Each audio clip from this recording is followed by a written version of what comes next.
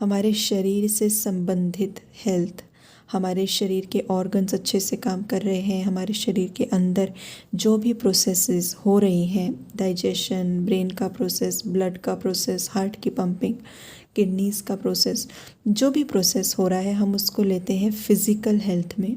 अगर सारा कुछ सही चल रहा है तो हम बोलते हैं this person is physically healthy, ये व्यक्ति फिज़िकली हेल्दी है क्योंकि इसके अंदर जो भी ऑर्गन्स हैं वो परफेक्टली वर्क कर रहे हैं, इसके प्रति हम अवेयर हैं। और जब भी हम कभी अनहेल्दी हो जाते हैं तो वो उसके कुछ सिम्टम्स आते हैं, सर दर्द है, कहीं पेन हो रहा है, कोई बॉडी ऑर्गन अच्छे से काम नहीं कर रहा, तो वी गेट टू नो कि इसमें कुछ प्रॉब्लम है। और फिर हम उसके प्रति क्योंकि अवेयर है तो हम डॉक्टर के पास जाके उसका ट्रीटमेंट लेते हैं। लेकिन व्हाट अबाउट मेंटल हेल्थ?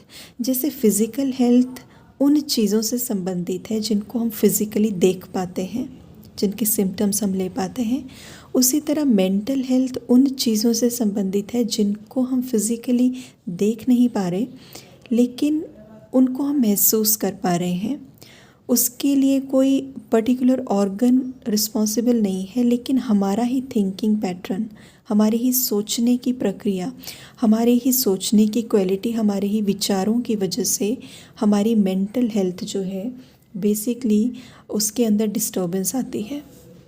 इसलिए हमारी मेंटल हेल्थ जो है वो कम्प्लीटली हमारी सोच से संबंधित है। हमारी थॉट्स कैसी हैं, हमारा सोचने का नज़रिया कैसा है, हम जब किसी चीज़ के प्रति कुछ रिस्पॉन्स करते हैं तो उस समय पे हम कैसा महसूस कर रहे होते हैं, तो ये सारी चीज़ें मेंटल हेल्थ में आती हैं।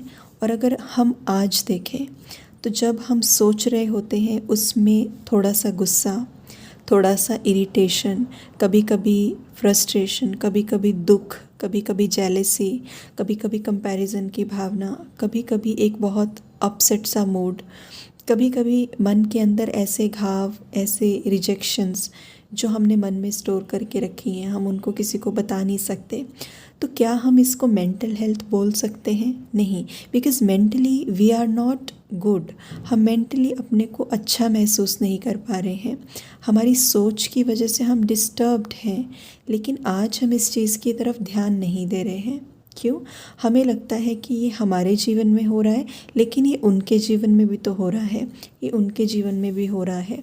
It's like corona.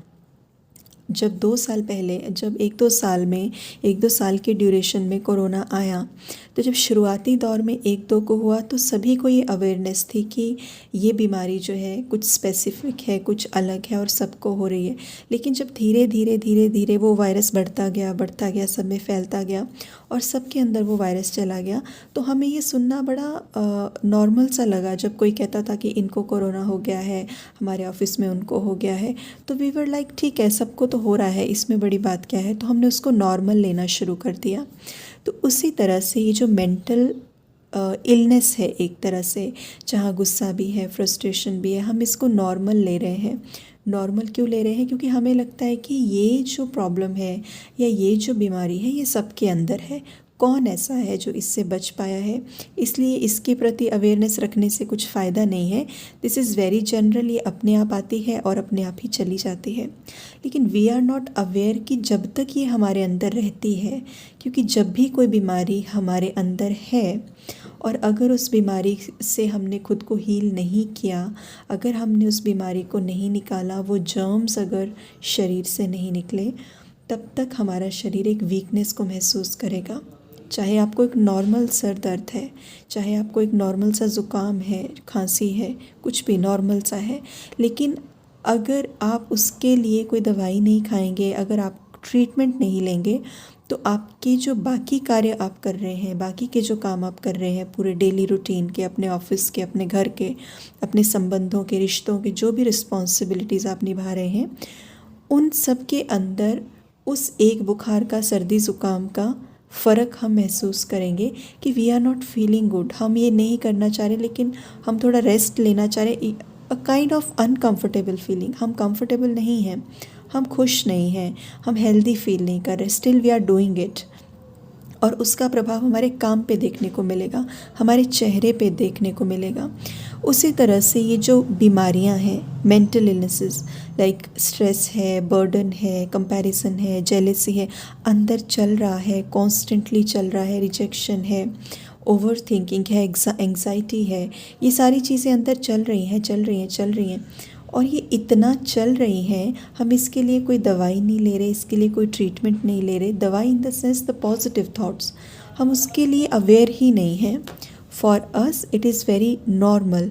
तो क्या हो रहा है, ये जो थिंकिंग पैटर्न मैंने बना लिया है, ये मेरी पर्सनैलिटी बन जाती है और धीरे धीरे ये अंदर से जैसे दीमक खोखला करता है ना, तो वैसे ये हमारे अस्तित्व को खोखला करते जाती है।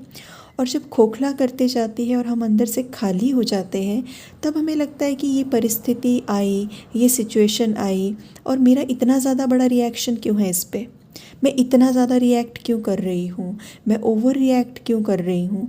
ये बात तो छोटी सी थी। समटाइम्स हमने अपने बिहेवियर में नोटिस किया होगा, ये बातें छोटी छोटी होती हैं, हमारे रिएक्शंस बढ़ जाते हैं।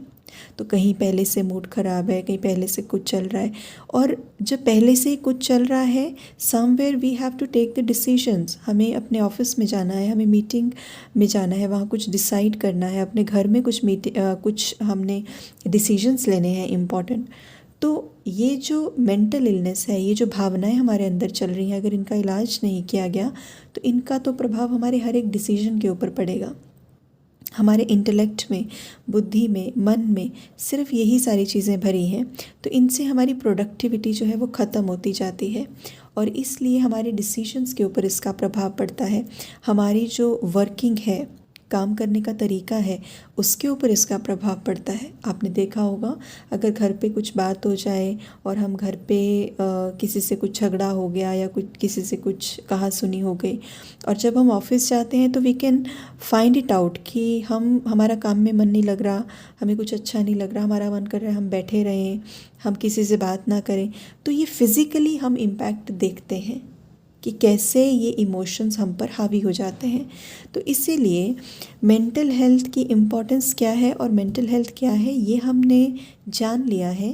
थोड़ा हम आंख बंद करके सोचेंगे हमारे पूरे दिन की दिनचर्या कैसी रहती है, हम सोचें, और उस पूरी दिन की दिनचर्या के अंदर हम कितनी ही जगहों पे कहाँ कहाँ डिस्टर्ब होते हैं, अशांत होते हैं, परेशान होते हैं, और फिर ऑल ऑफ अ सडन हमें कोई सिचुएशन में डिसीजन लेने होते हैं, कहीं पे हमें अपने रिश्तों में कुछ बातें करनी होती हैं, कुछ इम्पॉर्टेंट चीज़ें होती हैं, ऑफिशियल वर्क कुछ इम्पॉर्टेंट होते हैं, वो सारा हमारा कैसे डिस्टर्ब हो रहा है, कैसे मेरा मन, बुद्धि, मेरे अंदर जो संकल्प चल रहे हैं, कैसे मेरी बॉडी को इफ़ेक्ट कर रहे हैं, कैसे मेरे वातावरण को इफ़ेक्ट कर रहे हैं, कैसे मेरे रिश्तों के ऊपर उनका इम्पैक्ट आ रहा है। तो इसीलिए this is the high time कि हम अपनी मेंटल हेल्थ के ऊपर ध्यान दें, and in that spirituality helps a lot. आध्यात्मिकता या स्पिरिचुअलिटी उसमें बहुत बड़ा रोल प्ले करती है, जो कि हम इसमें आगे आने वाली वीडियो में जानेंगे कि स्पिरिचुअलिटी हमें कैसे हेल्प आउट करती है और हम कैसे इन इमोशंस को, फीलिंग्स को ओवरकम कर सकते हैं, कैसे हम रिलैक्स्ड रह सकते हैं, कैसे इनको रिप्लेस कर सकते हैं। ओम शांति।